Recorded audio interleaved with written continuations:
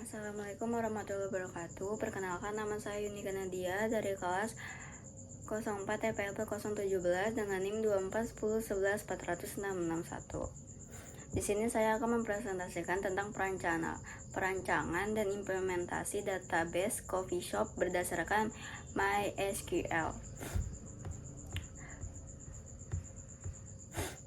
Oke, baik, di sini analisis sistem dan ruang lingkup, deskripsi fungsionalitas sistem coffee shop. Sistem informasi manajemen coffee shop dirancang untuk mengotomatiskan seluruh operasional bisnis utama pada sebuah kafe, menggantikan proses pencatatan manual atau penggunaan kertas yang rentan terhadap kehilangan data dan implementasi. Sistem ini mencakup pengelolaan data master pelanggan untuk program loyalitas, inventarisasi menu kafe yang dinamis, penugasan shift kerja karyawan seperti barista dan kasir, hingga pencatatan transaksi penjualan utama beserta detail item pesanan dan metode pembayaran yang digunakan secara digital maupun tunai.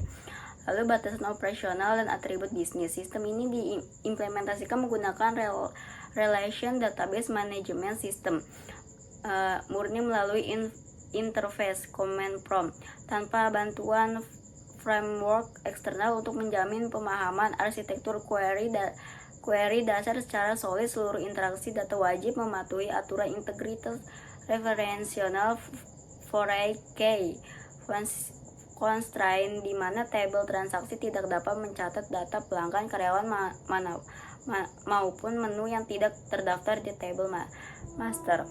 Lalu bentuk unormalized from UNF. Pada tiap awal observasi, seluruh data minta digabungkan dalam satu dokumen nota penjualan besar tanpa adanya pemisahan tabel tunggal. Data tersebut memuat redundansi tinggi, di mana nama pelanggan, alamat, nama karyawan, jabatan, dan detail menu ditulis berulang-ulang setiap kali transaksi baru terjadi. Hal ini menyebabkan pemborosan ruang penyimpanan memori dan memicu resiko terjadinya anomali saat proses manipulasi data, insert, update, dan delete. Lalu perancangan basis data dan skema logisnya itu proses normalisasi UNF menuju 3NF.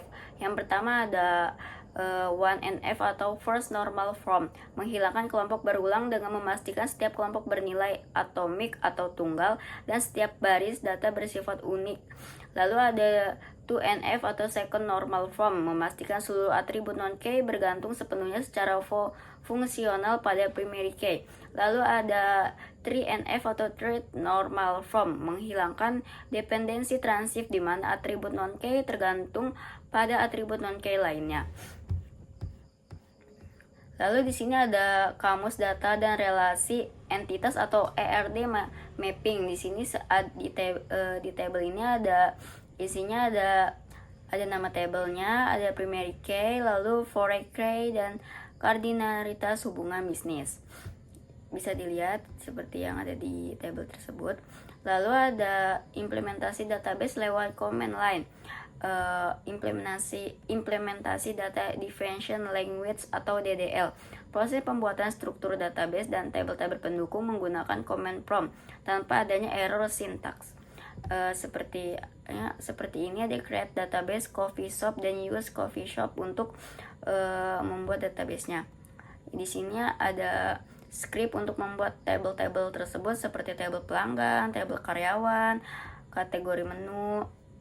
Lalu ada menu, ada transaksi, detail transaksi, dan pembayaran.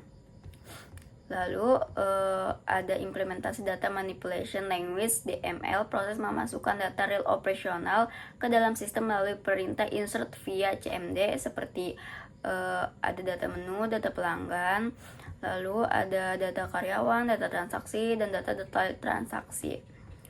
Lalu ada data pembayarannya juga. Ada analisis query dan matriks informasi.